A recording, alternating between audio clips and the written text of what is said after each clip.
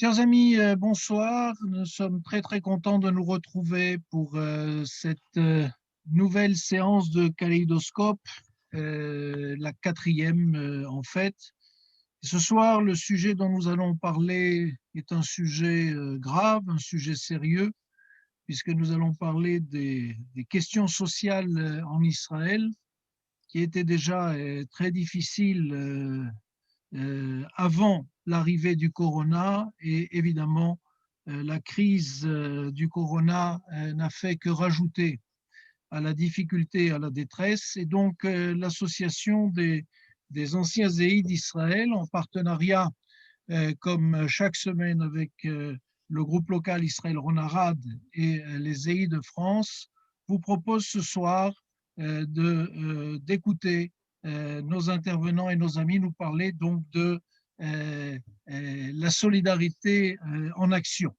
Alors l'intervenant de ce soir, je vais le présenter de suite, mais avant cela, comme vous le savez, une grande campagne de collecte vient de démarrer. Vous avez pu le voir sur les réseaux sociaux, de collecte qui s'appelle Israël Tzedaka Bay Kalita, et les Zéhi cette année, tout comme l'an dernier, ont décidé de s'engager dans cette campagne. D'abord pour le bien général, parce que malheureusement un certain nombre de familles francophones en Israël sont dans la difficulté, mais aussi pour le bien particulier, dans la mesure où notre collecte va servir en particulier à nos actions sociales, que ce soit l'association des anciens ou pour l'association des plus jeunes à travers des bourses formation, des bourses pour les camps qui, si Dieu veut, auront lieu cette année, si Dieu veut. Malheureusement, il y a eu un petit souci l'été dernier, comme tout le monde. Les Zéhi n'ont pas pu camper. Et donc, cette opération est pour nous très importante. Je vais mettre dans le chat, dans la discussion, notre lien spécifique. Beaucoup de gens se posent la question. Ne vous inquiétez pas, nous avons un lien particulier. Toute somme qui sera donnée pour les EI arrivera aux EI, sera même doublée généreusement par cette campagne. Donc pour nous, c'est très important. Et cela va directement au social et à l'aide sociale et au travail social. Pas un centime ne sert à autre chose, donc c'est très important. Donc je marquerai le lien, mais sinon, vous pourrez nous le demander par la suite et le retrouver. Et donc je laisse de suite la parole à Michel Nakache. Michel Nakache est membre du comité depuis qu'il a fait son alia. C'est un Olé Khadash, Nakache le Khadash. C'est un nouvel immigrant encore, on peut dire. Il est arrivé il y a très peu de temps et dès qu'il est arrivé, après avoir été très actif en France, il va nous le dire lui-même, puisqu'il a été président du mouvement des EI, eh bien, il a intégré le comité de l'association des anciens et comme ça ne lui suffisait pas, il est aussi devenu le directeur de l'action sociale de Kalita. Et donc, Michel, je te laisse la parole de suite et merci et bravo d'ores et déjà pour tout ce que tu fais.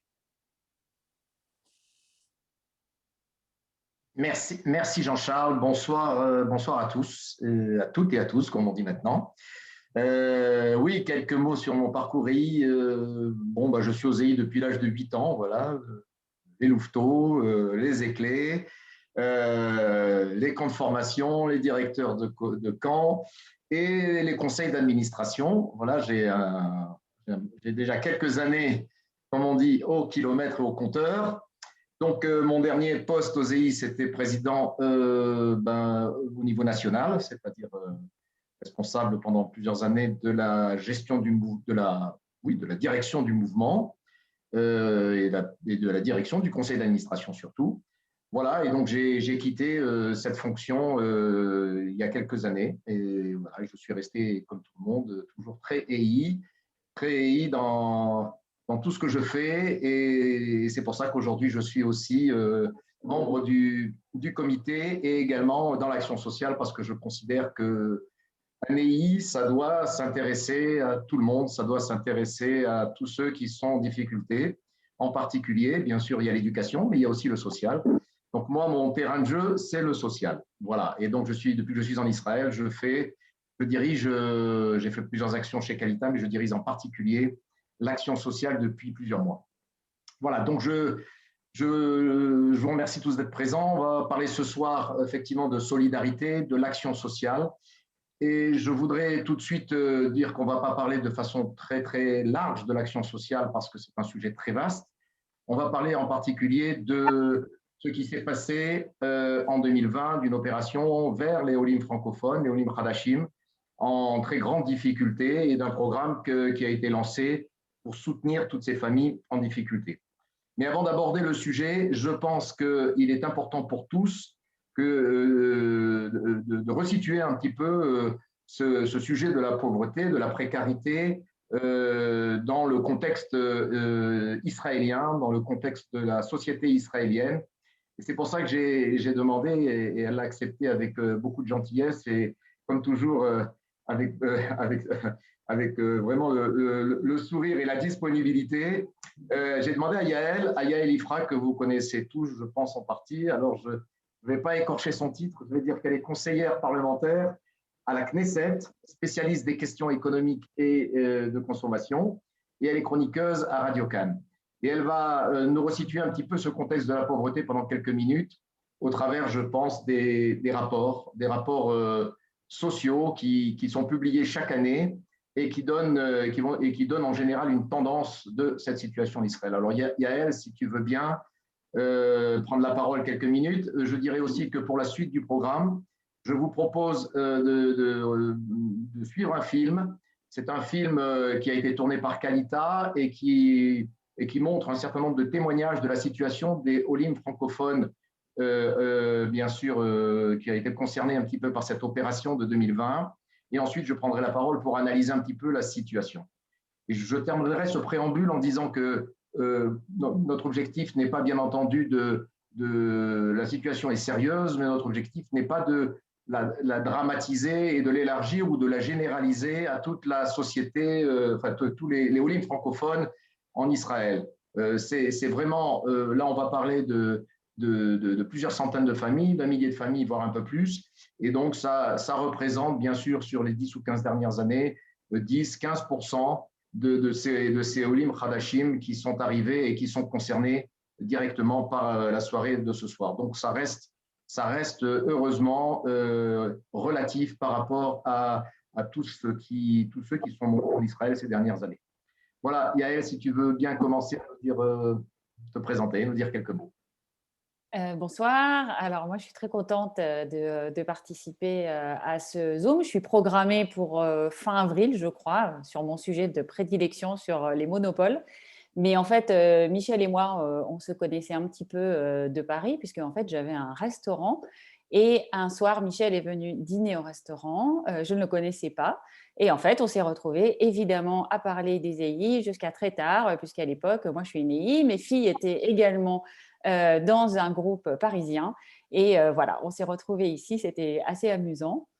Ce que je voudrais effectivement donner comme… Enfin, c'est plutôt des éléments pour recadrer un petit peu la situation comme elle se trouve en Israël aujourd'hui et comme elle frappe de plein fouet les Olim de France quand ils arrivent. C'est qu'Israël est certes un pays développé, un pays très développé même, un pays très avancé, avec un PIB très élevé, pratiquement égal à celui de la France. Mais Israël a une société qui est beaucoup plus inégalitaire que celle à laquelle on est habitué en tant que Français. Et effectivement, quand on arrive en Israël, on entend beaucoup parler de pauvreté, parfois même de grande pauvreté. Et la pauvreté fait très souvent la une des journaux en Israël, de façon, je dirais, beaucoup plus récurrente qu'en France, où on a le rapport du Secours populaire, on entend parler par Emmaüs, il y a des campagnes nationales. En Israël, d'abord, la pauvreté est beaucoup plus répandue, et puis la société est peut-être moins séparée en strates qu'elle ne peut l'être en France. Et à l'occasion, généralement, de la nouvelle année civile, tous les ans, et le Bitoach Leumi, qui est donc l'assurance sociale, l'équivalent de la sécurité sociale israélienne, et l'association La Tête publient généralement 2 rapports sur la pauvreté. L'un qui est donc le rapport officiel, celui du Bitoach Leumi, qui se base essentiellement sur les revenus des ménages, et celui de l'association La Tête est généralement un petit peu plus, on va dire, humain, dans le sens où il va prendre en compte des critères que le Bitoach Leumi ne regarde pas, mais qui existent dans la plupart des associations internationales. Donc, en fait, qu'est-ce qu'il faut savoir? C'est qu'en Israël, d'abord, on a le taux de fertilité le plus élevé du monde développé, 3 enfants par femme en moyenne, mais dans la société ultra-orthodoxe, 7 enfants par femme, autant que le pays le plus fertile du monde, le Niger. Donc voilà, c'est la même fertilité.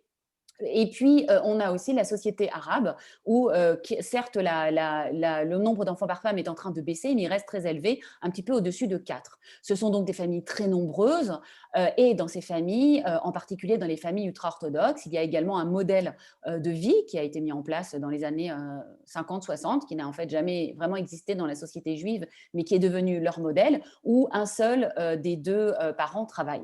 Et donc, effectivement, cela donne des situations de grande pauvreté qui sont choisis ou consentis. On peut choisir le terme qu'on veut, mais finalement, le résultat est quand même le même. Et aujourd'hui, en Israël, selon les données du Bitoire Leumi qui ont donc été publiées il y a à peu près un mois, on a quand même 20% des familles qui se trouvent en dessous du seuil de pauvreté et surtout, à cause des facteurs que j'ai expliqués avant, quasiment 1 million d'enfants qui vivent sous le seuil de pauvreté. Donc, c'est un chiffre très choquant, évidemment, puisque en Israël, il y a environ 2,5 millions de moins de 18 ans. Et donc, ça fait quelque chose qui frappe l'imagination. À quoi ça correspond? Ça correspond, selon l'association La Tête, à des enfants qui ne vont pas forcément manger à leur faim, qui ne vont pas forcément avoir une alimentation comme elle devrait être donnée à un enfant en pleine croissance.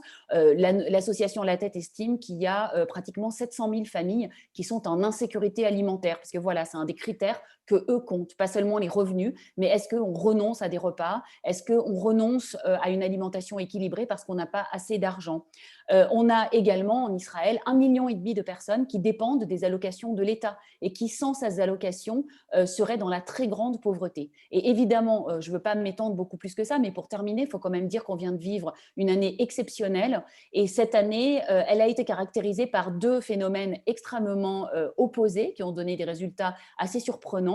À savoir que d'une part, évidemment, un chômage de masse avec la crise du corona, des centaines de milliers de personnes ont perdu leur emploi. Au sommet du chômage, on a eu pratiquement 1 million de chômeurs en Israël, alors qu'on partait de 3% de taux de chômage, on s'est retrouvé à plus de 20%. Donc ça, c'est un premier élément. Évidemment, les classes moyennes ont été très, très frappées par la crise du corona, en particulier les fameux indépendants, qui sont en fait les petites entreprises dont on nous parle beaucoup, parce qu'eux n'ont pas touché le chômage, n'ont touché que des indemnités ponctuelles qui n'ont pas forcément pu corriger évidemment la chute vertigineuse qu'ils ont subie. Ça, c'est un premier élément, donc un appauvrissement général. Le niveau de vie en Israël a reculé de 4% cette année, ce qui est énorme parce que généralement, il monte de 4%. Donc, c'est comme si c'était une chute en fait de 8%. Et puis, le deuxième élément, c'est que l'État d'Israël a été obligé, fort obligé par la crise, de redécouvrir les vertus de l'État-providence, puisque Israël est un des pays les plus, comment on va dire, restrictifs du monde en matière de redistribution, pour des raisons évidentes, comme on a dit, pour essayer de pousser certaines catégories de population au travail. On redistribue très peu en Israël. Le niveau des dépenses sociales est particulièrement bas par rapport au niveau des pays développés de la moyenne de l'OCDE. On est quasiment 8 points en dessous. Donc, ça veut dire que les allocations sont très faibles, sont données avec énormément de conditions. Sauf que là, il n'y a pas eu le choix. L'État a distribué 80 milliards de shekels à la population qui sont allés dans la poche des citoyens et par conséquent, finalement, des personnes qui auraient dû encore plus dégringoler ne l'ont pas fait et en particulier, toute la population des chômeurs a carrément vu son niveau de vie augmenter. Donc ça, c'est quelque chose qui montre que finalement, la redistribution corrige d'une certaine façon les inégalités. Évidemment, ce système, ces montants qui ont été distribués cette année étaient exceptionnels, mais tout ce qu'on peut espérer, c'est que le Bitoire Leumi, aussi bien que le ministère des Finances, sauront tirer des leçons de cet épisode exceptionnel du corona. Ça n'empêche pas que pour les Olim de France, qui ne se trouvent pas dans ces populations dont j'ai parlé, il y a quand même un choc souvent très grand de découvrir que quand on arrive en Israël, l'État-providence auquel on était habitué en France n'existe pas du tout. Enfin, je vais dire, c'est sans aucune mesure. Certes, il y a des allocations familiales, mais elles sont vraiment très, très faibles. En Israël, il n'y a pas de logement public. Il faut comprendre qu'en France, le parc du logement public représente plus de 10% des logements. En Israël, c'est à peine 2%. Donc, il faut se rendre compte de ce que ça veut dire en Israël, on doit se loger, on se débrouille, on doit payer un loyer ou alors on est mal logé. Donc ça, c'est déjà quelque chose que les familles de Olim découvrent. Le chômage et des données sur une durée très très courte, ça peut être parfois 30 jours quand on est jeune, le maximum c'est 6 mois, même quand on a 5 enfants et qu'on est âgé. Donc ça veut dire qu'on fait tout pour pousser la population au travail et donc il faut trouver des ressources différentes, d'où l'appui massif en Israël sur la philanthropie, qui peut également choquer quand on vient de France, puisqu'on a un État, quand on est républicain, on n'est pas habitué à ce que les associations fassent le boulot de l'État, et pourtant ici c'est aussi le cas, d'où l'importance de campagnes qui sont organisées par toutes sortes d'organismes philanthropiques. Cela ne veut pas dire qu'on ne doit pas encourager de toute façon l'État, enfin le ministère des Finances, tout le système de protection sociale à devenir plus large, à donner un filet de protection sociale à l'ensemble de la population, parce que cette honte nationale de 30% d'enfants qui vivent sous le seuil de pauvreté n'est pas quelque chose qui peut être supporté à long terme. Certes, ça ne touche pas beaucoup de familles de Olim de France, pour recroiser ce qu'on vient de dire, mais pour autant, il y a des familles en difficulté aussi dans la Aliyah de France, et ce sont souvent les enfants qui sont touchés en premier. Voilà, c'est quelques mots que j'avais à dire pour recontextualiser un petit peu. Merci beaucoup, Yael. Si vous avez des questions, je pense que vous pouvez les mettre dans le chat. Elle peut y répondre tout de suite, ou sinon, on lui communiquera les questions plus tard dans la suite de notre programme. Voilà, donc je remercie parce qu'elle a bien resitué le contexte. Et effectivement, la société israélienne a ses caractéristiques par rapport à cette situation sociale. Les francophones se retrouvent également dans ces caractéristiques pour partie, mais pas tout le temps.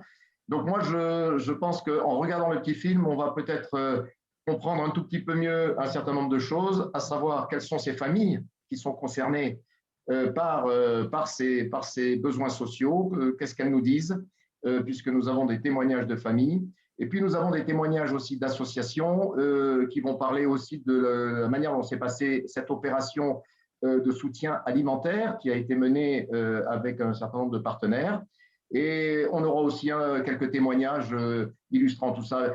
On ne se situe pas plus dans la logique de il faut agir. On a déjà agi en 2020 et donc ce film montre aussi un certain nombre d'actions qui ont été conduites et qui vont probablement et certainement être poursuivies et développées en 2021, comme l'a dit Jean-Charles dans son introduction. Donc je vous propose de regarder ce film. Il dure à peu près 9 minutes je crois. De temps en temps, c'est un petit peu sensible, mais pour le reste, c'est de l'information et il faut le prendre comme ça.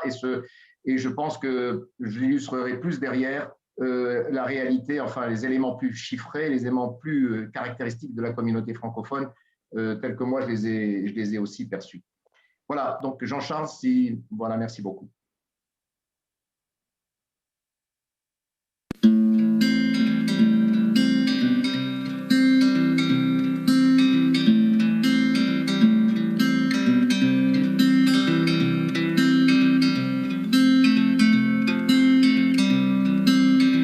Il y a quelques mois, la direction de Qualita a eu un rendez-vous très important avec le directeur général du ministère des Affaires sociales en Israël, M. Avigdor Kaplan.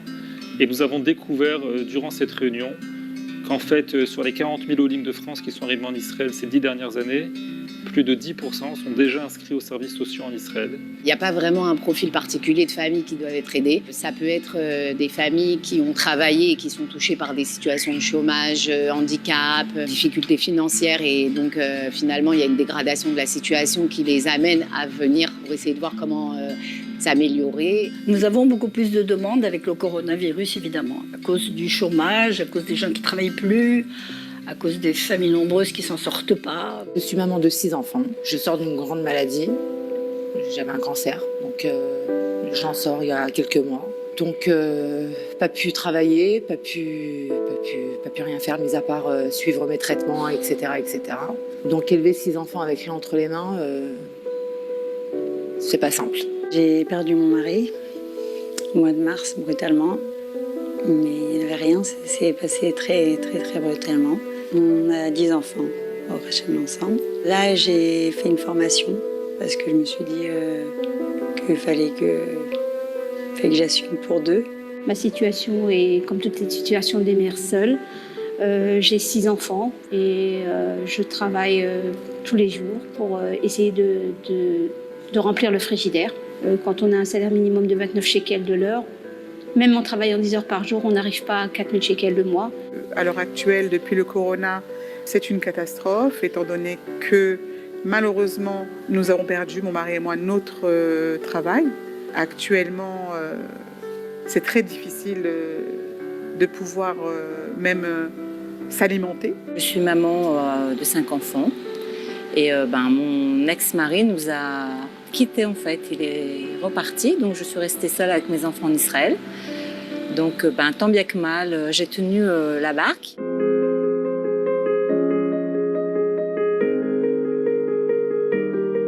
Ce sont les associations qui aujourd'hui portent une grande partie du projet en relation directe avec les familles, en relation directe avec les services sociaux locaux. Ce sont des associations qui ont l'habitude de gérer des familles, donc il était naturel pour Qualita de s'appuyer sur les associations. Avant que Qualita soit partenaire, j'avais 67 familles. Là, nous sommes à plus de 100, exactement 110 familles. Et il y a encore des dossiers qui arrivent. Grâce à ce partenariat, au lieu d'aider les familles qu'on aidait 2 fois par année, c'est-à-dire à Pessah et à Rosh Hashanah et seulement dans les cas d'urgence, aujourd'hui on est capable de les aider d'une manière plus régulière, mensuelle, selon les besoins de chacun naturellement. Ça nous a permis d'aider plus et mieux les familles que nous suivons tout au long de l'année.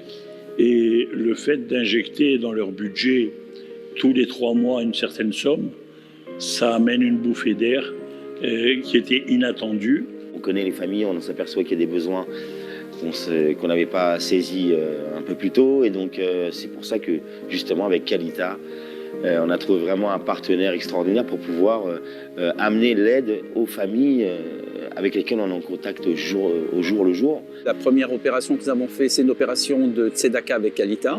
C'était 1 shekel plus 1 shekel. Et c'est comme ça qu'on a pu récupérer avant Rosh Hashanah 40 000 shekels et qu'on a pu distribuer aux familles. Du premier jour où je me suis retrouvée dans cette situation comme ça qui m'est tombée en fait sur la tête, j'ai contacté donc Jean-Claude et Janine de l'association Adir qui ont répondu présent tout de suite et qui m'ont jamais lâché jusqu'à aujourd'hui. De l'association Adir nous a apporté une grande aide. Sans celle-ci, je ne sais pas comment j'aurais fait là. La rentrée, il y a eu les vacances, les enfants à la maison qui ont faim toutes les 3 secondes, qu'il faut pouvoir répondre tout le temps oui à ce qu'ils veulent. Donc c'est sûr que sans cette aide, j'aurais pas pu. Israël nous donne des bons d'achat de 750 shekels par mois pendant 1 an. Ça nous aide. J'ai fait appel à Adir et à Qualita pour m'aider, pour voir si je peux voir le bout du tunnel. Grâce à Dieu, ils m'ont aidé, ils m'ont donné une petite bouffée d'air. Et bon, ça m'a permis de payer quelques retards. Cette aide, elle permet quand même de finir les fins de mois et de donner un peu plus aux enfants. Donc je tiens vraiment à les remercier. Un comité de décision a été composé afin d'étudier chacun des cas. Ce comité va avoir d'un côté des dirigeants de Qualita, d'un autre côté les dirigeants de l'ensemble des associations qui sont en contact avec ces familles, afin de pouvoir analyser l'ensemble des données que nous avons sur la famille et décider du montant alloué pour chaque famille en fonction de sa situation financière. Chaque association va recevoir des bons alimentaires et elle sera responsable de faire en sorte que ces bons alimentaires puissent être redistribués directement aux familles par leur intermédiaire. Ce sont des familles que l'on suit tout au long de l'année, donc on sait exactement dans quelle situation elles se trouvent. Le délai moyen de traitement d'une demande est de l'ordre de 2 semaines. La grande majorité des familles, plus de 90% des familles qui font appel à nous, sont secourues. Ça a été rapide. J'ai rencontré un monsieur, il m'a rempli un dossier. Et puis 1 semaine après, 2 semaines après, on m'a téléphoné, on m'a dit vous avez le droit à une aide. Moi, je n'arrivais même pas, j'aurais pas pu faire Pessah. Franchement, ils sont venus, on aurait dit Mashiach, parce que je n'avais pas de quoi mettre quelque chose dans mon frigidaire. La France a mis en place un dispositif d'aide pour nos compatriotes à l'étranger qui s'est déclinée en Israël par une aide sociale de près d'un demi-million d'euros. Dès le premier confinement, nous avons travaillé main dans la main avec Qualita de façon à pouvoir aider davantage nos compatriotes et nous sommes vraiment tout à fait ravis de cette coopération. En appelant ces familles, on leur propose une aide de Qualita et en même temps donc, on dirige ces familles-là vers Qualita pour la suite, pas uniquement pour une aide ponctuelle sur 3, 6 mois, 1 an, également pour l'avenir, pour que les fenêtres s'ouvrent. On veut aider financièrement les gens qui sont en difficulté passagère, mais l'objectif, c'est quand même de les remettre le plus possible sur les rails d'une intégration réussie. C'est vrai que je travaille à mi-temps et mes enfants sont encore jeunes, donc ils sont étudiants, donc c'est vrai que ça continue à m'aider pour l'instant, mais j'espère, Bezrat Hachem, avec le temps, avoir un travail un peu plus long et ne plus dépendre, entre guillemets, de l'association. Bien sûr, l'aide financière est prépondérante, mais le contact humain avec ces familles est fondamental. Je vois une solidarité dans le monde. Même si les gens, c'est difficile pour eux, on était dans une période de Covid, etc., et ils se sont tous démenés, me faire des courses, vraiment, on n'était pas seuls. C'est des gens qui venaient pas rien que pour nous dire bonjour et c'est tout. Ils étaient là, vraiment. Ça veut dire, j'ai encore des gens qui me disent, tu peux m'appeler 24 heures sur 24, je te réponds à toi. Et puis, c'est pas que l'argent, c'est aussi le fait d'être pas seul. Vous n'êtes pas seul dans votre problème. C'est vrai que très souvent, on a besoin d'être entendu par quelqu'un. Pas spécialement avoir de retour, de réponse ou même avoir une conversation avec cette personne, juste pouvoir avoir quelqu'un avec qui parler, avec qui pleurer. Parce que très souvent, c'est le cas. Ce sont des gens qui sont très sensibles au fait qu'on s'adresse à eux, qui sont touchés d'abord par l'action de solidarité que ça représente. Et ces gens-là aussi ont souvent un peu honte qu'on leur propose de leur aide, notre aide, c'est-à-dire. Et donc, il faut y aller de façon très délicate et progressive afin qu'ils acceptent qu'on les aide, qu'on les soutienne jusqu'à ce que les choses s'arrangent. Quand on a touché le fond, comme moi et mes enfants, ma famille l'ont touché, je pense qu'il y a un moment où on n'a plus de fierté, qu'on est prêt à taper à toutes les portes, quoi, d'appeler au secours à tout celui qui veut bien l'entendre. Il ne faut pas avoir peur de le faire, il faut le faire. Il y a des gens qui sont juste extraordinaires, qui sont là, justement pour répondre à tous ces besoins, et qu'il ne faut pas avoir honte. La fierté n'a rien à voir dans tout ça, c'est juste une question en fait de vie ou de mort. J'étais une famille comme ça, qui avait honte, je n'ai pas demandé, ça fait 7 ans que je me bats. Mais je suis arrivée à un stade où j'étais obligée de demander. Et il ne faut pas avoir honte parce que ces personnes nous accueillent le cœur grand et ils nous aident vraiment. J'ai mis du temps à venir aux associations parce que j'avais honte. Je ne savais pas comment faire. Mais il n'y a pas de honte à avoir. C'est pas de notre volonté si on est comme ça. Et j'espère qu'un jour je serai à la place de celui qui donne. La situation en Israël nous oblige de comprendre qu'il va falloir réaliser cette opération en fait chaque année. Et donc nous avons décidé également l'année prochaine et les années qui suivront de faire appel aux donateurs avant la fête de Pourim pour permettre aux gens d'aider ces centaines de familles au l'Île-de-France qui ont besoin de cette aide au quotidien, de façon générale et encore plus particulièrement dans cette période de Covid.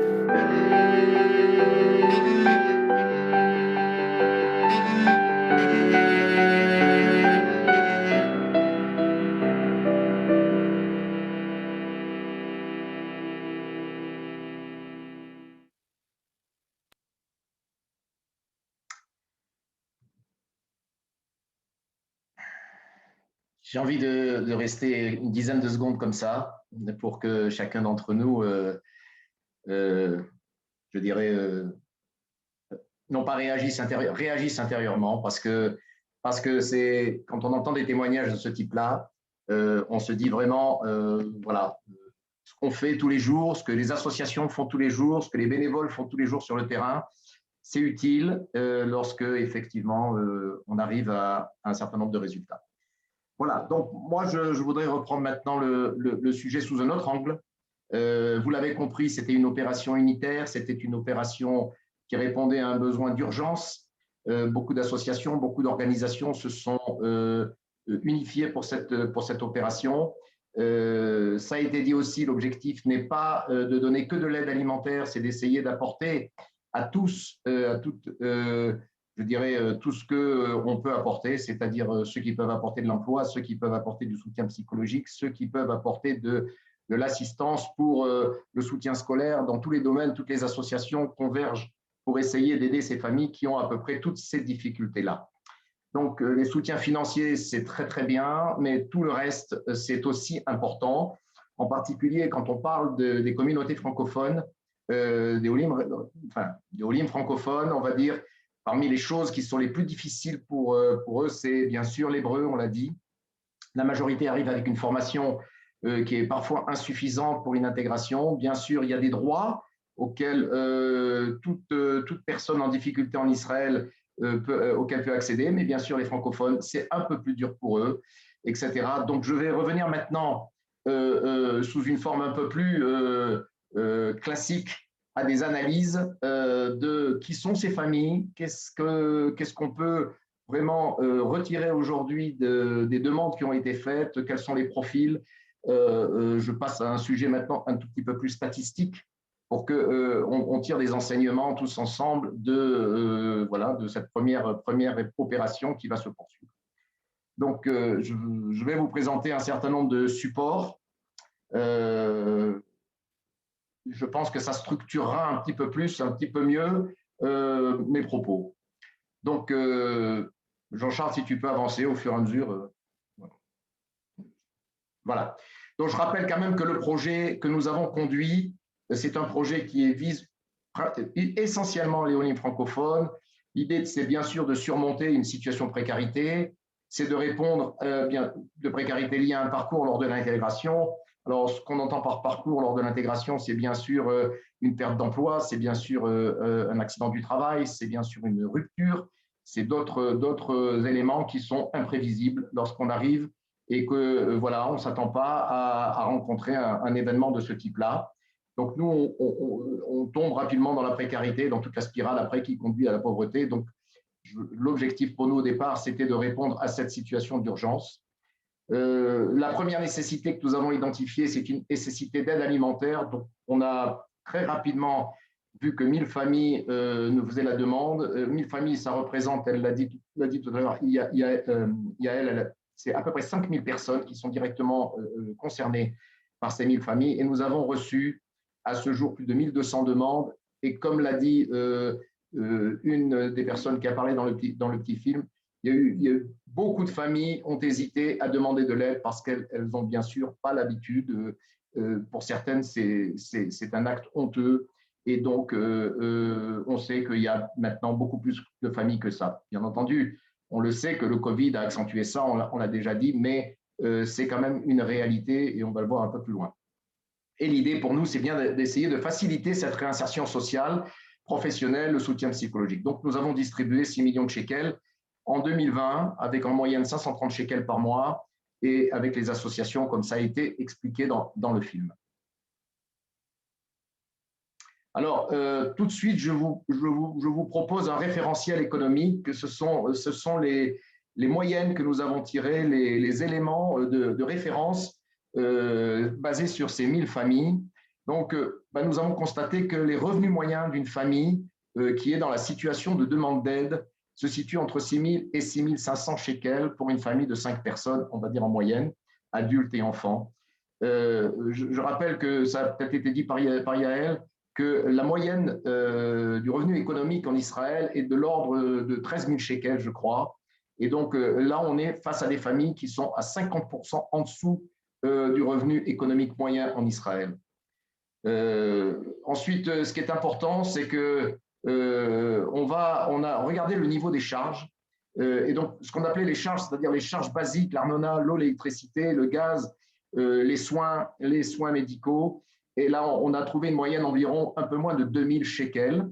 Et le logement se situe selon les villes, ou la mashkenta se situe selon les villes entre 3000 et 4500 shekels.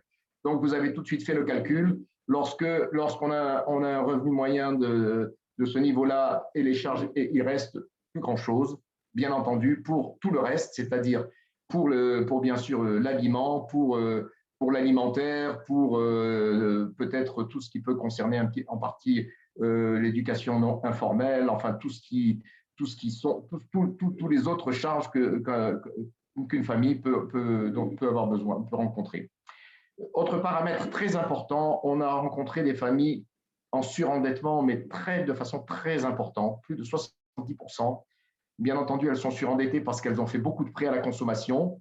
Dans le parcours, il y a eu pas mal de situations de faillite, des gens qui ont tenté, des indépendants, on en a parlé tout à l'heure, des artisans francophones qui ont tenté de démarrer une activité en Israël.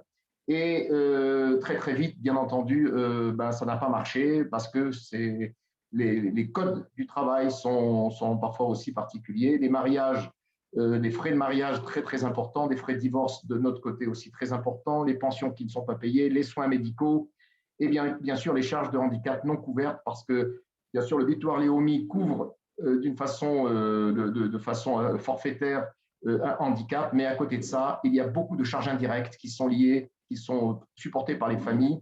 Je dis tout simplement, par exemple, avoir une voiture équipée ou avoir un équipement spécifique dans une chambre pour un enfant handicapé, ce n'est pas pris en charge par le Bitoire Léomi. Enfin, de ce que j'ai entendu. Alors, je ne suis pas un spécialiste, bien sûr, de tous ces sujets-là, mais c'est ce que j'ai entendu dans les différentes, au niveau des différents dossiers qu'on a étudiés, et on en a étudié, comme je l'ai dit tout à l'heure, presque 1000. Je voudrais ensuite parler un petit peu de la typologie des demandeurs. Alors, bien entendu, on l'a dit, le Covid a généré de façon très importante une nouvelle classe de demandeurs d'aide. 35% des demandes venaient effectivement du Covid et ce sont des gens qui ont demandé de l'aide de façon exceptionnelle et parfois pour la première fois. Et donc, c'est un élément particulier de l'année 2020. Probablement qu'en 2021, on devrait rencontrer encore un pourcentage de ce type-là parmi les demandeurs d'aide. Ensuite, on va retrouver la catégorie de ce qu'on appelle les nouveaux pauvres, c'est-à-dire 35% de personnes, de familles dont le mari et la femme travaillent, mais la somme de leurs revenus est insuffisante pour couvrir l'ensemble de leurs charges. Alors, on les appelle les nouveaux pauvres parce que chaque fois, comme je le disais précédemment, ils s'endettent, ils continuent à s'endetter, ils demandent de l'aide de façon très ponctuelle, mais ils demandent quand même de l'aide, en particulier aux associations. Et donc, cette catégorie-là, c'est une catégorie que nous allons effectivement bien essayer de surveiller, particulièrement en 2021, pour les aider à augmenter le niveau général des revenus. Ensuite, on a une troisième catégorie que j'ai appelée choix de vie. J'ai mis entre parenthèses orthodoxe. Je ne stigmatise pas une population par rapport à d'autres. Je dis tout simplement que nous avons rencontré à peu près 25% de familles qui ont un mode de vie particulier, dont évidemment le mari ne travaille pas ou peu, et bien sûr avec un seul revenu dans la famille, qui est celui souvent de la femme, et qui ont un choix de vie, de vivre de façon assez modeste.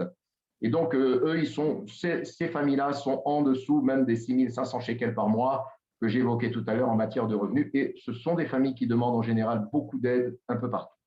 Et enfin, on a des cas chroniques.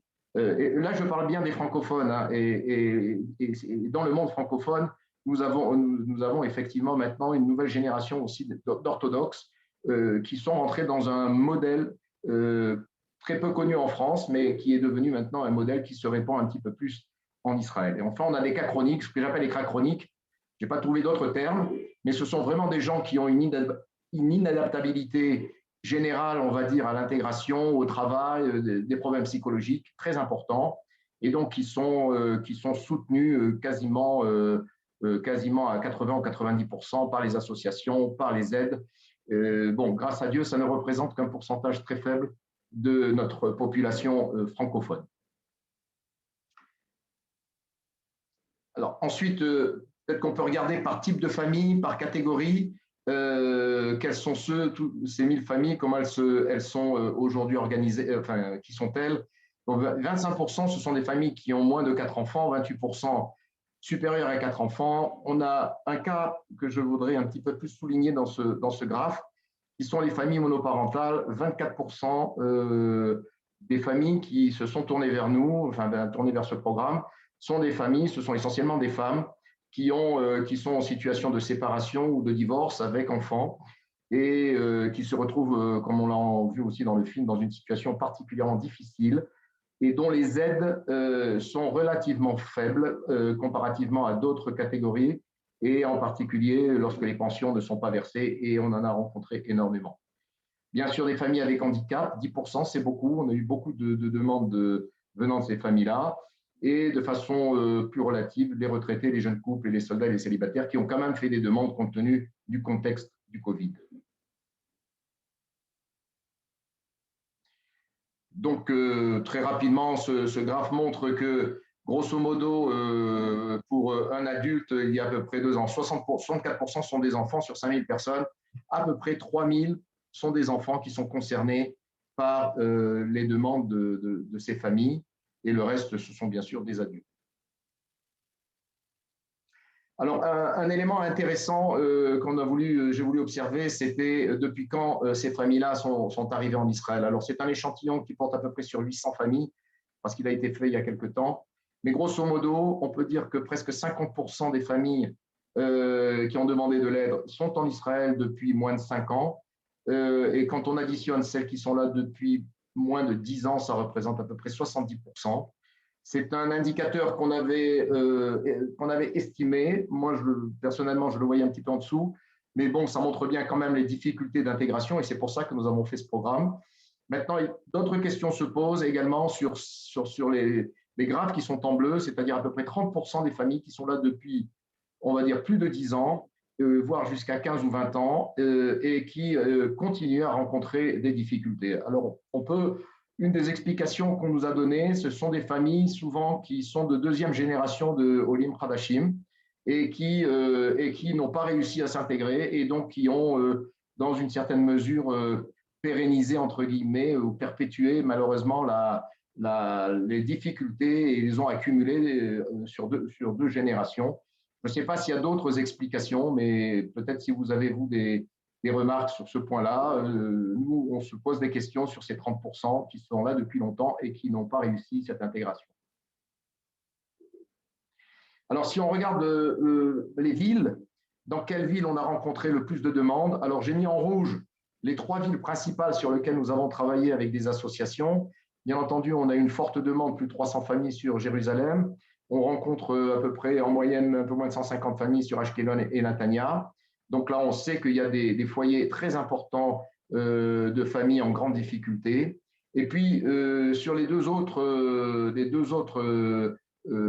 graphes, en vert, ce sont toutes les familles qui viennent du milieu orthodoxe. Alors, il y a 5 ou 6 villes qui sont réunies.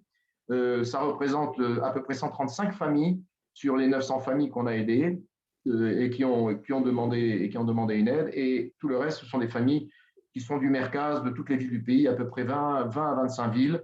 Et donc, on voit bien que sur ces villes, de ces régions de Tel Aviv en particulier, on a une demande, mais qui est quand même relative par rapport à la densité de population dans ces villes. Donc, la concentration principale pour nous, elle est sur les 3 grandes villes sur lesquelles on s'était relativement bien organisé avec les associations et les services sociaux en particulier.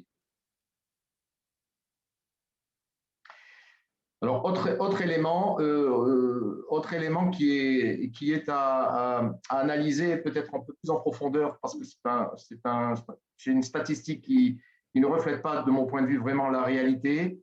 En fait, l'un des éléments très importants des difficultés d'intégration liées à la difficulté au travail ou à la difficulté vraiment d'insertion dans le tissu social israélien ou à l'école, enfin dans la scolarité, c'est le niveau d'hébreu. Et là, on a eu des familles qui nous ont répondu sur le niveau d'hébreu, pas toutes, mais la majorité, et on voit quand même que, bon, on va dire que très bon et bon, ça veut dire plus de 40%, 45% qui considèrent qu'elles ont une capacité à vraiment s'intégrer, mais elles ont d'autres difficultés. Ce n'est pas l'hébreu. Et puis tout le reste, faible et moyen courant, ça veut dire près de 60%. Et là, je mettrai le courant parce que dans la réponse des familles qui ont répondu à ce questionnaire de demande d'aide, en général, ils surévaluent un petit peu leur niveau d'hébreu. Et on l'a vu derrière quand on les a consultés, quand on les a appelés pour de l'emploi en particulier. Donc, le niveau d'hébreu reste un facteur clé dans les difficultés d'intégration et dans les difficultés en général que rencontrent ces familles-là. Ce graphe montre la catégorie sociale en tranche d'âge qui a plus sollicité de demandes. Alors, on l'a dit, 436 familles sur le total général. C'est probablement lié aussi à la situation Covid parce que beaucoup de gens ont perdu un emploi et qu'ils ont une perte de revenus importante ou qu'ils ont rencontré des difficultés dans leur stabilité économique générale. Donc, ce n'est pas surprenant. Et les autres chiffres montrent à peu près qu'on est dans la tendance, c'est-à-dire que les plus âgés et les plus jeunes ont moins sollicité les demandes, bien qu'elles soient quand même importantes. Donc, on espère qu'avec la situation rétablissement Covid, on aura un graphe un peu différent à la fin de l'année 2021. Alors, là, je voudrais parler du rôle des associations qui a été déterminant dans cette opération. Vous voyez là à peu près toutes les associations et le graphe montre les montants qui ont été distribués par ces associations aux familles ou qui sont en cours de distribution puisque c'est un programme qui est sur un an et qui a démarré au mois de juin. Donc, on voit que il y a quelque chose qui s'appelle le guichet social Qualita qui a été créé pour toutes les familles qui n'étaient pas rattachées à une association et qui venaient de l'ensemble d'autres villes du pays. Donc, nous avons créé un guichet social avec une assistance sociale au sein de Qualita. Et nous voyons une association comme Israël, que vous avez vu dans le film tout à l'heure, qui avait effectivement la moitié de familles en soutien depuis sa création et qui a quasiment doublé le nombre de familles et qui a distribué, par exemple, près de 800 000 shekels à l'ensemble de ces 140 familles. Et vous voyez donc l'ensemble des associations qui ont participé et bien entendu les EI qui ont aussi eu une contribution et qui auraient pu avoir une contribution plus importante compte tenu quand même du réseau important des EI et du rayonnement de l'action des EI de façon générale. Donc, mais c'est un très très bon, c'était une première opération importante et donc cette année avec les EI on aura quand même aussi une action encore plus conséquente. Voilà, et donc toutes les autres associations viennent de différentes régions. Alors, je dirais, je ne vais pas revenir sur le terrain des associations pour dire que ce sont les associations qui connaissent les familles, ce sont elles qui portent vraiment l'action sur le terrain. Elles ne portent pas que l'aide alimentaire, elles portent toutes les autres aides dont on a parlé, c'est-à-dire les aides psychologiques, les factures impayées, un certain nombre de demandes spécifiques sur les soins en particulier. Ils sont très attentifs et un suivi quotidien, je dirais, des familles. Et donc, je crois que le tissu associatif, on l'a dit tout à l'heure, c'est vraiment le pilier de la solidarité en Israël. Et là, je ne parle que des associations francophones. Et bien entendu, il y a des milliers d'associations en Israël qui portent l'ensemble de ces activités de solidarité. Et l'objectif, bien sûr, c'est de renforcer ces associations et de leur donner les moyens d'agir encore plus et je dirais presque de se professionnaliser dans le domaine de la solidarité, parce que pour la plupart, elles sont historiques, comme l'Espace francophone ou comme Adir à Ashdod, ou d'autres qui sont aussi plus récentes comme l'Aide Israël, du Rav Lemel. Ce sont des associations qui aujourd'hui ont une vraie organisation avec beaucoup de bénévoles derrière. On connaît, on sait le travail qui est fait par ces associations. Et donc, bien entendu, l'objectif pour nous, c'est d'élargir encore ce tissu de partenariat et de renforcer encore un petit peu plus leurs moyens d'action. Alors, le travail, on l'a dit, ça a été vraiment la clé de ce qui s'est passé en 2020. Bon, là, on voit sur le graphe que les familles qui ont déclaré travailler ou ne pas travailler, on voit que c'est à peu près effectivement 50% qui travaillent ou ne travaillent pas. Il y a beaucoup d'éléments explicatifs, on va dire, par rapport à ce paramètre. Je crois que la première chose, on l'a dit, c'est le Covid. La deuxième chose, c'est ceux qui ont répondu, mais qui ont fait, comme on l'a dit, un choix de vie de n'avoir finalement qu'un revenu dans le foyer et donc s'appuyer sur ce revenu. Il faut dire qu'en particulier dans ce domaine de ces communautés qui ont, on va dire, orthodoxes, ont fait ce choix de vie et que nous respectons, et nous les avons considérés comme des gens nécessiteux. Et on a vraiment essayé d'analyser la situation de ces familles-là. La plus grande difficulté qui a été rencontrée, ça a été les quelques revenus qui étaient tirés du domaine de l'enseignement dans lequel ils opéraient, où il n'y avait plus tellement de ressources pour financer l'action des gens qui étaient dans la Torah. Et c'est partout à peu près en Israël, bien entendu, c'est pas que dans le milieu francophone, mais c'est surtout le travail des femmes qui a été pénalisé, et on a vu tous ces foyers s'écrouler parce que les femmes qui travaillaient soit à domicile dans des niches-partonnes, soit qui étaient galénettes, qui travaillaient dans des call centers, soit qui avaient un certain nombre d'activités même professionnelles de façon, comment dirais-je, plus relevées, plus sophistiquées. Toutes ces femmes se sont retrouvées soit au chômage, soit sans revenus, ce qui a plongé une grosse partie de cette communauté dans une demande d'aide encore plus conséquente. Bien sûr, il y a aussi ceux qui avaient des petits emplois et qui ont été perdus, on le sait. Le Covid a détruit beaucoup d'emplois. C'est également valable pour les jeunes couples, pour les étudiants qui avaient des petits jobs.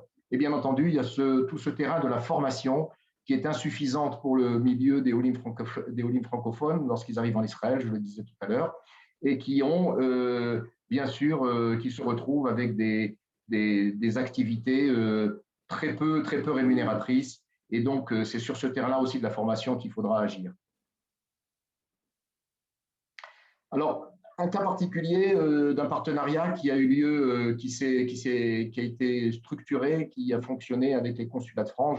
J'ai mis ici une opération qui s'appelle SOS Covid, qui a été lancée par le Consulat général de France, avec lesquels nous avons travaillé étroitement. Il y a 297 familles qui se sont présentées au consulat pour cette demande d'aide. Vous avez la répartition sur Tel Aviv et Jérusalem.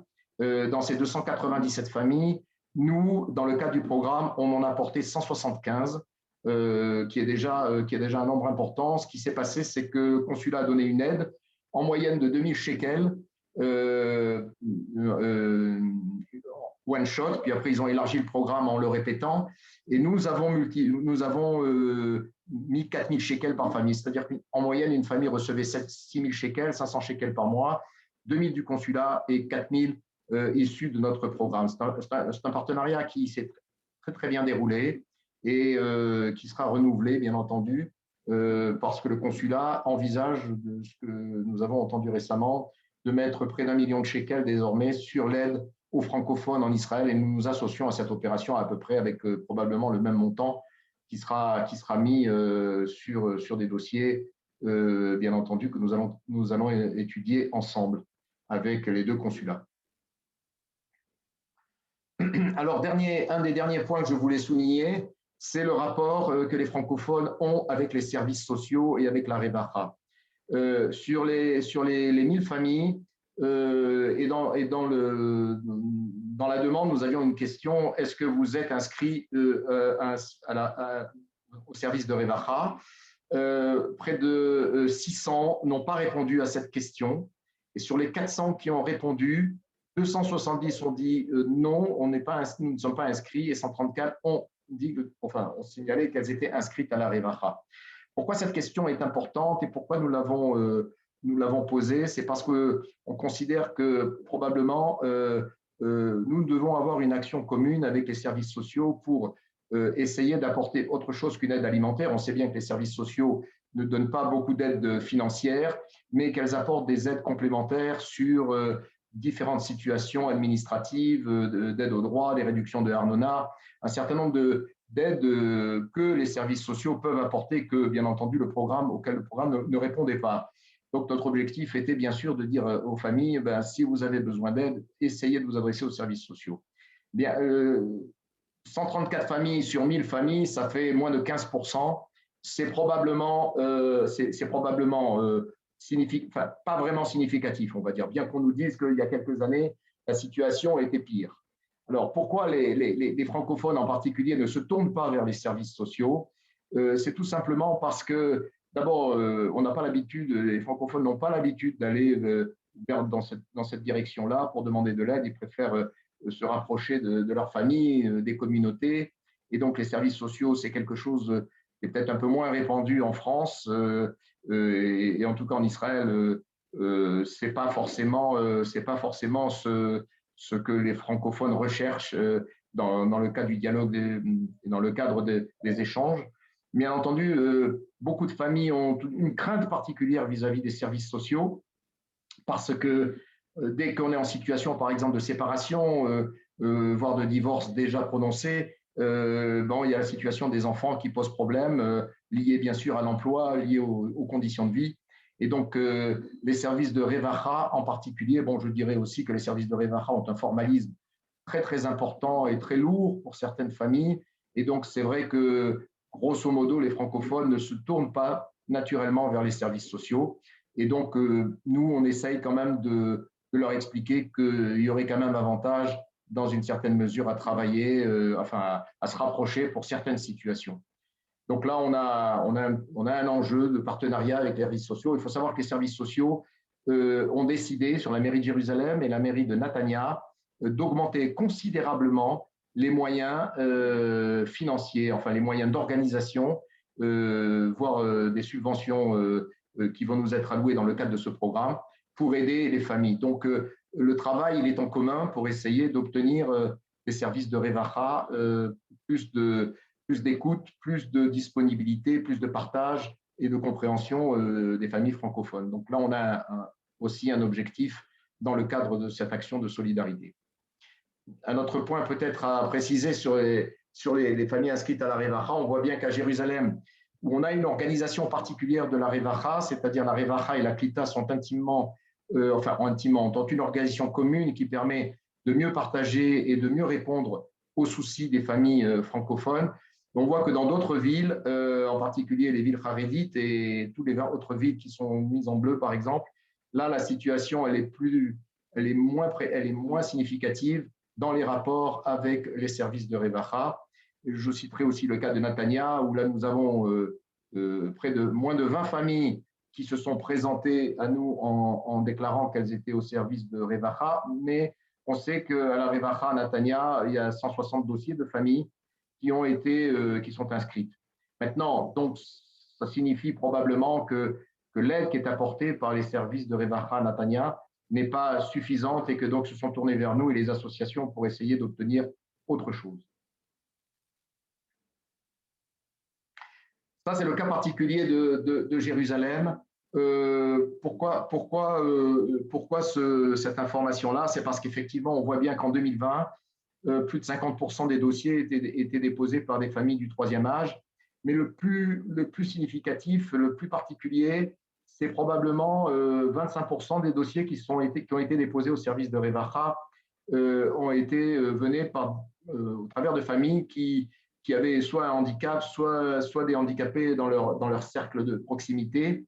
Et donc ça, c'est une information nouvelle qui laisse à penser, qui n'était pas le cas les années précédentes, et qui laisse à penser que nous devons avoir un regard et porter un effort particulier sur ces familles qui sont dans un contexte de handicap et qui souffrent beaucoup plus que d'autres, par manque de soutien psychologique certainement, par manque d'aide de façon générale.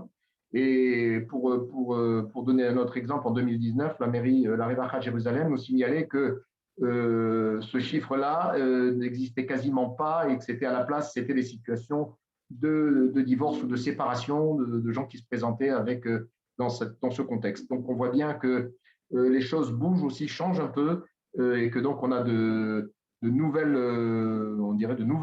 domaines où l'action solidaire peut intervenir et être plus efficace. Voilà. Donc, je terminerai pour vous dire grosso modo quelles vont être à peu près nos directions en 2021. On voudrait augmenter le soutien alimentaire aux familles.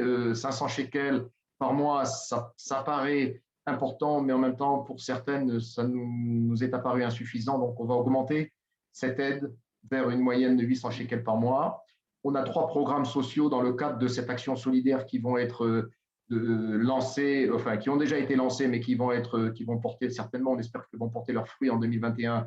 C'est tout ce qui concerne l'emploi, l'aide à l'emploi, tout ce qui est le budget familial. Le budget familial, c'est très important parce qu'on a constaté que beaucoup de familles, notamment de Olim Khadashim, grosso modo, vivaient un peu au-dessus de leurs moyens compte tenu de leurs habitudes, on va dire, en France. Et elles sont arrivées ici et continuent à avoir un train de vie ou un loyer plus important que les revenus dont elles disposent. Et donc, on a un travail à faire sur ce sujet-là. Et bien sûr, le soutien psychologique qui s'est avéré en 2020 avec le Covid et qui continue à s'avérer être aujourd'hui un des éléments de la réinsertion et du rétablissement. Et bien sûr, plus d'efforts vers les jeunes, les retraités et les handicapés. On va essayer de travailler sur ces 3 directions. Voilà ce que je voulais vous dire sur cette opération. Bien sûr, il y a eu beaucoup de chiffres, mais je crois que les chiffres, c'est toujours important de s'appuyer sur eux pour mieux travailler. Et donc, voilà, notre opération Israël Tzedaka by Kalita, elle a une prochaine étape. C'est le 21 février. Et bien sûr, on espère une grande journée de collecte avec les équipes.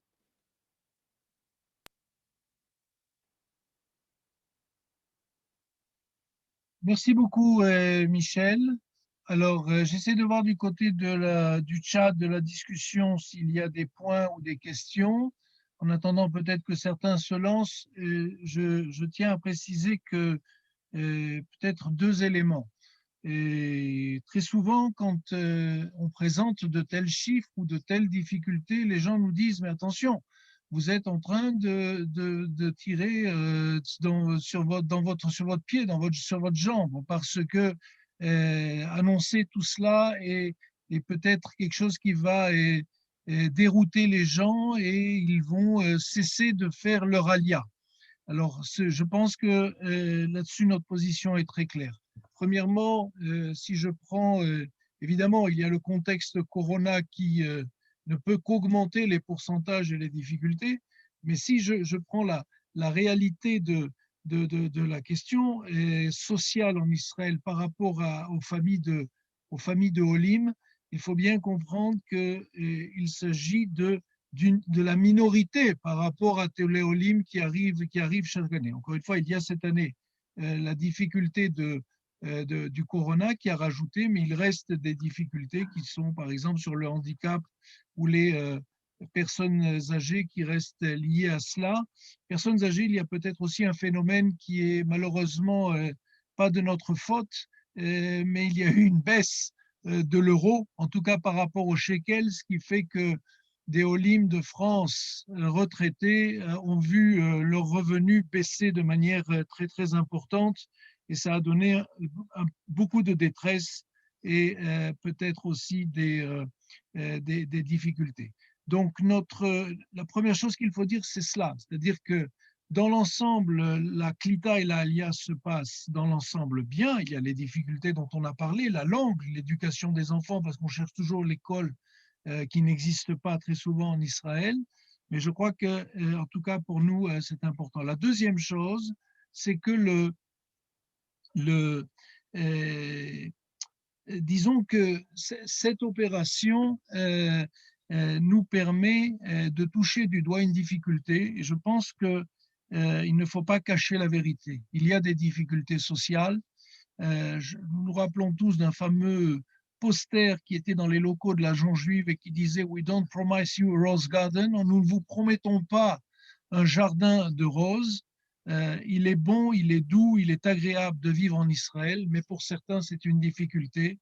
Et notre devoir, c'est de le dire pour mieux se préparer. Et notre devoir aussi, je pense, c'est d'accompagner justement, et c'est le sens de ces opérations, d'accompagner ceux qui sont dans la difficulté. Et comme l'a dit quelqu'un de belle manière dans le film, j'espère qu'un jour je serai du côté de ceux qui donnent et non pas de ceux qui reçoivent. Et je crois que c'est quelque chose qui me paraît important d'entendre et d'écouter. Alors, quelqu'un nous dit, Michel, j'essaie de faire un don impossible, pas carte de crédit, mon CCV rejeté, même en employant diverses cartes. Pour le virement bancaire, l'agence 478 n'existe pas, quoi faire? Écoutez, je ne sais pas quoi répondre. Normalement, ça marche.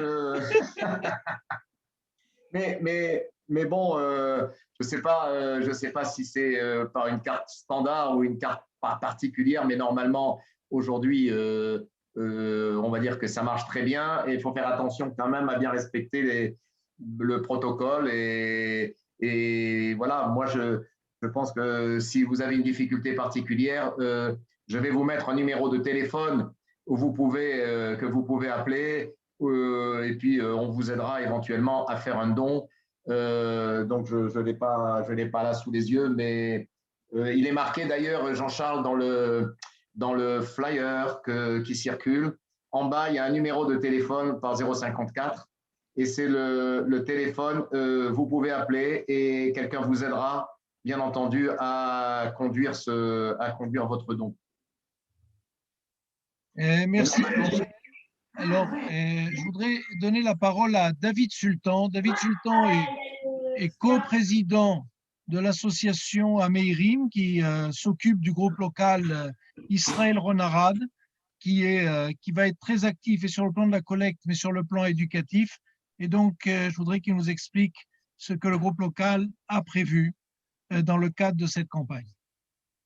Merci Jean-Charles. En effet, pour le groupe local, il y a deux enjeux différents mais tout à fait complémentaires. Le premier, il est pédagogique, évidemment, puisqu'on veut absolument que les enfants, quel que soit leur âge, que ce soit des bâtisseurs, des éclaireurs, des pifs ou des animateurs, participent, fassent vivre des actions de Tzedaka par les activités, par des collectes, par faire des gâteaux, par aller voir des gens qui peuvent donner ou donner à des gens qui ont besoin de recevoir. Donc ça, c'est une première action qui est d'ordre pédagogique qu'on va mettre en œuvre. Et bien entendu, la deuxième partie, elle est plus évidente, c'est du soutien aux familles pour leur permettre de faire partir leurs enfants en vacances. On a une énorme envie de faire des camps d'été, ça c'est évident. On aurait même envie de faire des mini-camps de Pessah, c'est tout aussi évident. Mais on sait bien que la situation a toujours été compliquée pour les familles des EI. On a toujours eu des fonds de bourse qui étaient très importants, beaucoup plus importants que ce que beaucoup de gens pensent. Et on a réussi à faire parfois des miracles, vraiment. Et ça date, je sais bien, de l'époque où Jean-Charles gérait ça directement. Nous, on a la volonté de faire partir tout le monde, que personne ne reste sur de côté. Et vraiment, on se bagarre pour trouver des fonds de bourse. Et cette action de Tzedaka autour de l'activité de Kalita, elle va nous servir à ça. Elle va nous servir à faire un vrai beau fonds de bourse, faire partir tout le monde et permettre à chaque enfant qui le souhaite de participer à un camp, quels que soient les moyens des parents. Et on sait qu'effectivement, ces temps-ci, les moyens des parents vont malheureusement s'amenuisant. Donc voilà, donc, une première action d'ordre pédagogique, une deuxième action, bien entendu, de type solidarité, c'est bien normal. Et on espère que tout le monde sera bien au rendez-vous. Merci beaucoup, David. En tout cas, et on espère qu'il y aura beaucoup de belles activités, que les enfants, les jeunes, les animateurs pourront profiter au maximum de comprendre mieux les besoins et surtout comment on peut aider. Alors, je voudrais peut-être vous expliquer, enfin voilà, nous avons diffusé à partir d'aujourd'hui, de ce matin, nous avons diffusé sur tous nos différents réseaux ce courrier pour expliquer que nous sommes évidemment l'ensemble des EI d'Israël, donc les anciens comme les groupes locaux, associés. Tout le monde peut faire un don, soit en Israël, en France ou dans le reste du monde, puisqu'on peut payer dans différentes monnaies, que ce soit en shekels ou en euros. La campagne servira à soutenir les 1000 familles en difficulté, mais il y a des projets spécifiques menés par les EI, soit par l'association des anciens, soit par le groupe local, que ce soit l'opération de Pessah, l'aide ou au soutien aux familles. On a eu quelques familles qui ont eu des pannes cette année que nous avons soutenues, évidemment, des bourses vacances pour les camps et des bourses formation. Comment je fais le don? Il y a un lien, vous l'avez dans la discussion, vous l'avez sur les différents groupes Facebook. Vous pouvez aussi Si vous ne le retrouvez pas, nous envoyez un mail, un message ou sur mon portable. Certains, je pense que beaucoup de gens le connaissent, mais à contact strudel ou @eif.org.il. Donc, c'est le mail de l'association. Et il est très important de faire un don via ce mail-là, via ce lien-là, parce que beaucoup d'associations sont partenaires. Et pour éviter que l'argent que l'on veut destiner en particulier aux EI n'aille ailleurs, ce sera pour le bien de tout le monde, mais on a besoin pour les EI, parce que nous avons aussi un objectif à atteindre, et pour nous c'est très très important même de le dépasser. Donc c'est très important d'employer ce lien, d'utiliser ce lien et de faire votre don. S'il y a des problèmes, dites-nous-le et nous essaierons de le régler. Et pour toute personne ayant fait un don, en France recevra un reçu CERFA, donc je rappelle que c'est une déduction de 66% de ses impôts, c'est pas mal, et en Israël c'est le fameux Seif 46 qui vous permet aussi de déduire de vos impôts. Comment je peux aider? On fait un don, on diffuse le message et on bouge ses amis et ses réseaux. Et nous avons aussi besoin pour le 21 février de volontaires, en particulier à Tel Aviv et à Jérusalem. Je m'excuse pour les amis de l'étranger, mais de France qui sont là ce soir, mais c'est à Jérusalem et à Tel Aviv. Nous avons besoin de volontaires. C'est Sarah, dont le numéro figure ici, 052 65 70 749 qui coordonne. Et nous la remercions, c'est elle qui coordonne la commission sociale de notre association. Donc nous avons besoin de volontaires pour aller dans les centres d'appel et pour pouvoir relancer un certain nombre de personnes le dimanche 21 février, c'est-à-dire dimanche prochain. Et voilà ce que l'on pouvait dire ce soir. Pour nous, cette action est très importante. Pour les familles francophones d'Israël, cette action est extrêmement importante.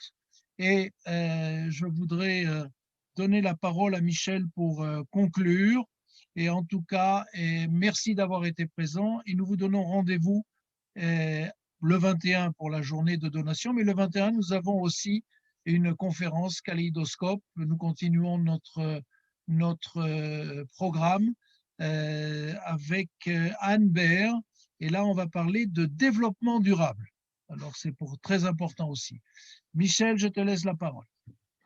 Eh bien, merci à tous, merci de votre écoute. J'ai le sentiment qu'on a été un petit peu long, mais quand même, c'est un sujet sur lequel, effectivement, j'espère qu'on ne reparlera plus l'année prochaine. Imaginons que, voilà, il n'y ait plus ces 1000 familles et que tout le monde, et que toutes ces familles aient retrouvé l'équilibre de vie et tout ce qui est satisfaisant pour leur intégration.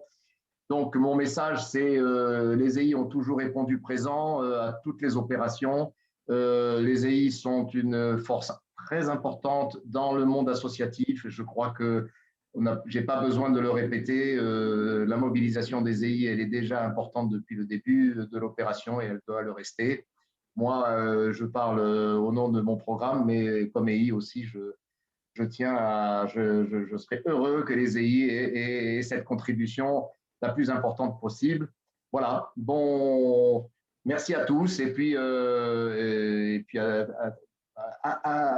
dimanche prochain, j'ai envie de dire. D'ici là, ça fonctionne. Si vous voulez donner, c'est maintenant. Voilà, merci beaucoup Michel. Merci déjà aux donateurs qui ont déjà participé aujourd'hui. On suit ça attentivement. Voilà, on espère qu'on atteindra nos objectifs pour le bien de tous. Merci beaucoup. Rendez-vous dimanche prochain. Et merci aux intervenants. Merci.